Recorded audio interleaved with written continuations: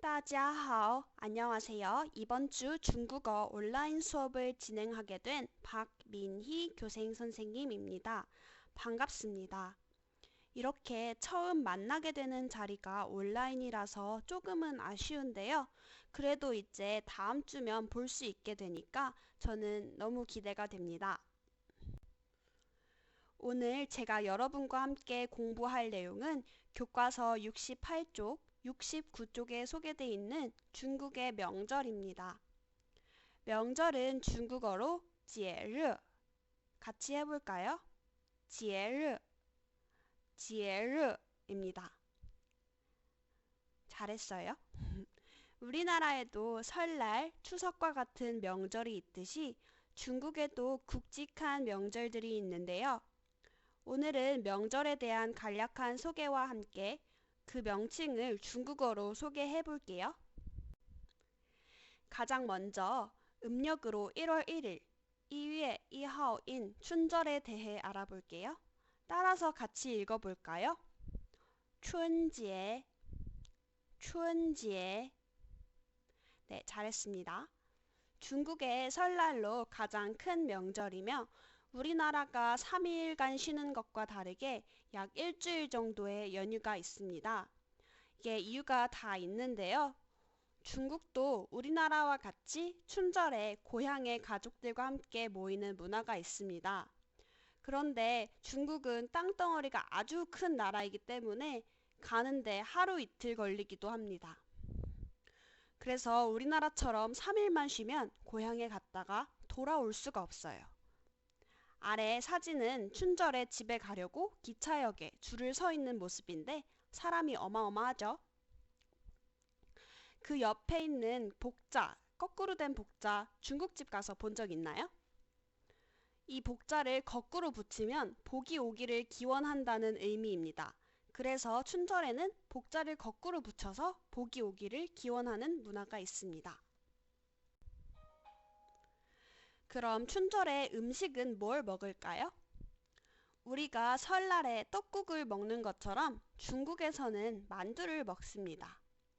이 만두를 饺子, 饺子라고 합니다. 같이 한번 읽어볼까요? 饺子, 饺子. 읽을 때 이 삼성에 굉장히 주의하면서 읽어야 해요. 네, 잘했습니다. 우리가 설날에 사실 가장 기대하는 건 세뱃돈 받는 일이잖아요. 중국에선 안 좋은 일을 막고 복을 불러온다는 빨간 봉투에 돈을 넣어서 주고받습니다. 짝수 금액의 돈을 넣어서 주고받는데요. 아래 오른쪽 그림이 홍바오의 모습입니다. 이 봉투가 홍바오입니다. 홍바오, 말 그대로 빨간색 봉투라는 뜻인데요. 이 단어는 왠지 알아두면 좋을 것 같죠? 같이 한번 읽어볼까요? 홍바오, 홍바오. 네, 잘했습니다. 이 홍바오는 꼭 설에만 주고받는 것은 아니에요. 생일이나 기념일 같이 좋은 일이 있을 때마다 자주 주고받기도 합니다.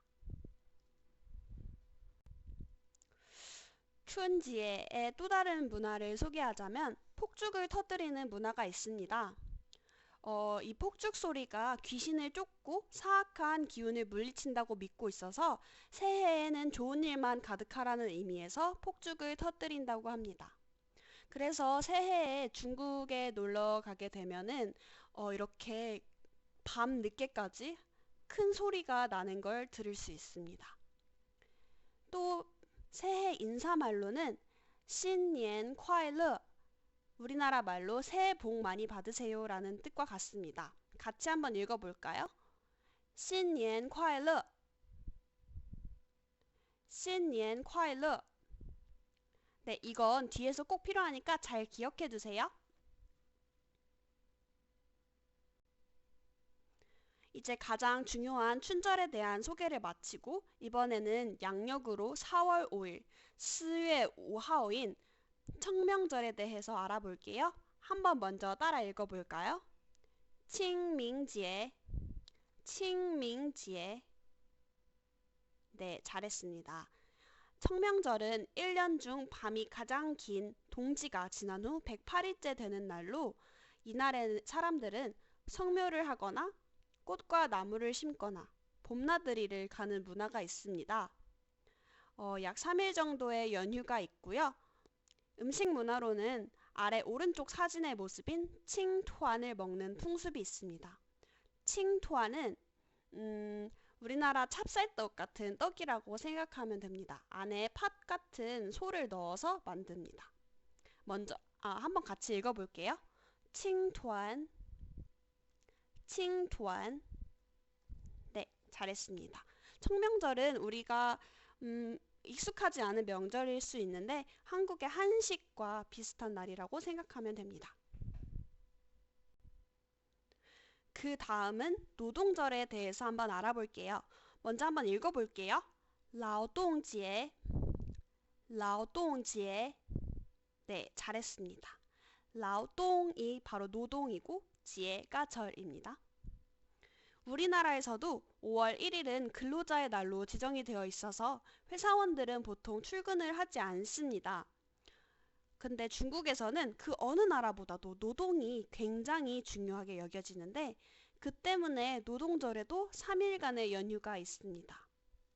노동절은 5월 1일, 그래서 숫자 5, 5, 1, 2, 5, 2 劳动节라고도 많이 말을 합니다. 이번엔 단오절에 대해서 한번 알아보겠습니다. 먼저 한번 읽어볼게요. 端午节, 端午节. 네, 단오절은 음력 5월 5일입니다. 옛날 중국에 초나라라는 나라가 있었는데요. 이때 굴원이라는 충신을 기리기 위한 날에서 유래했습니다. 이날에는 롱조우라는 용 모양의 배를 타는 경기가 열리고 쫑즈라는 대나무 잎에 싼 찹쌀밥을 먹습니다. 아래 왼쪽 사진이 롱조우를 타고 경기를 하는 모습이고 오른쪽이 쫑즈, 대나무 잎에 싼 밥 사진입니다. 한 번씩 같이 따라 읽어보고 다음으로 넘어갈게요. 롱조우, 롱조우, 쫑즈, 쫑즈. 네, 다 잘했습니다. 자, 이제 거의 끝나가니까 힘을 한번 내볼게요. 이제 중국의 추석인 중추절에 대해 알아볼게요. 음력 8월 15일이고 중추절 연휴는 3일 정도로 춘절에 비해서 길지가 않아요.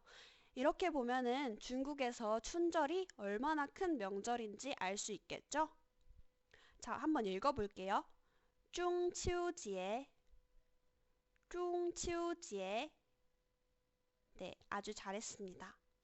우리는 추석에 무얼 만들어서 먹죠? 네, 송편을 빚어서 먹죠.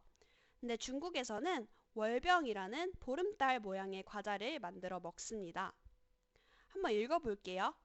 月饼, 月饼. 네, 말 그대로 월, 달 월자를 사용해서 달 모양의 과자라는 뜻입니다. 이 月饼을 먹으면서 둥근 달처럼 모든 일이 원활하고 순조롭기를 기원한다고 합니다. 여기 오른쪽에 있는 게 月饼의 모습이고요. 한번 같이 읽어볼게요. 月饼, 月饼. 네, 잘했습니다. 자, 이제 드디어 마지막으로 국경절입니다. 국경절 먼저 한번 읽고 시작해 볼게요. 国庆节, 国庆节. 国庆节는 무슨 뜻이냐면 나라가 세워진 날이라는 뜻입니다. 중국의 정식 명칭인 중화인민공화국이 수립된 날을 기념하는 날로 일주일 정도 쉴 정도로 춘절에 버금가는 아주 큰 명절이라고 할 수 있습니다. 사진에 나와 있는 것처럼 중국의 수도인 베이징 천안문 광장에서 국기 개양식과 같은 큰 행사가 열리고 사람들도 아주 많이 옵니다. 자, 여기까지 잘 따라와줘서 너무 고맙고 고생했습니다. 박수! 이제 활동 하나 소개하고 수업을 마치도록 할게요.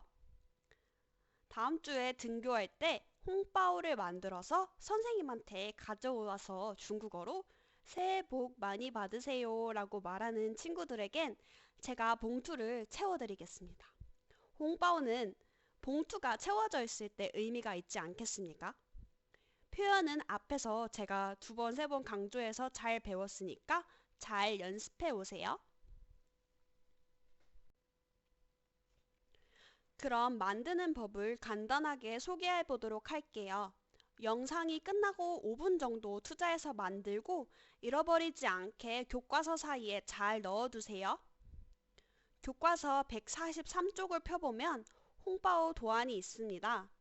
가위로 선을 따라서 잘라서 접어서 풀칠해서 붙이면 사실 끝입니다. 쉽죠? 앞에 후, 복자를 취향껏 멋지게 꾸며오면 더 좋을 것 같아요. 자세한 설명은 68쪽 아래에도 잘 나와 있으니까 참고해주세요. 자, 그럼 이제 다음 시간 수업을 예고하고 정말로 마치도록 해보겠습니다.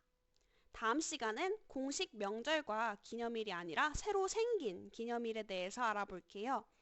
또 전통 문화인 종이공예, 지엔주에 대해서 공부하게 될 겁니다. 오늘 만나서 너무 반가웠고 공부하느라 정말 고생했습니다. 다음 시간에 봐요. 大家辛苦了，再见。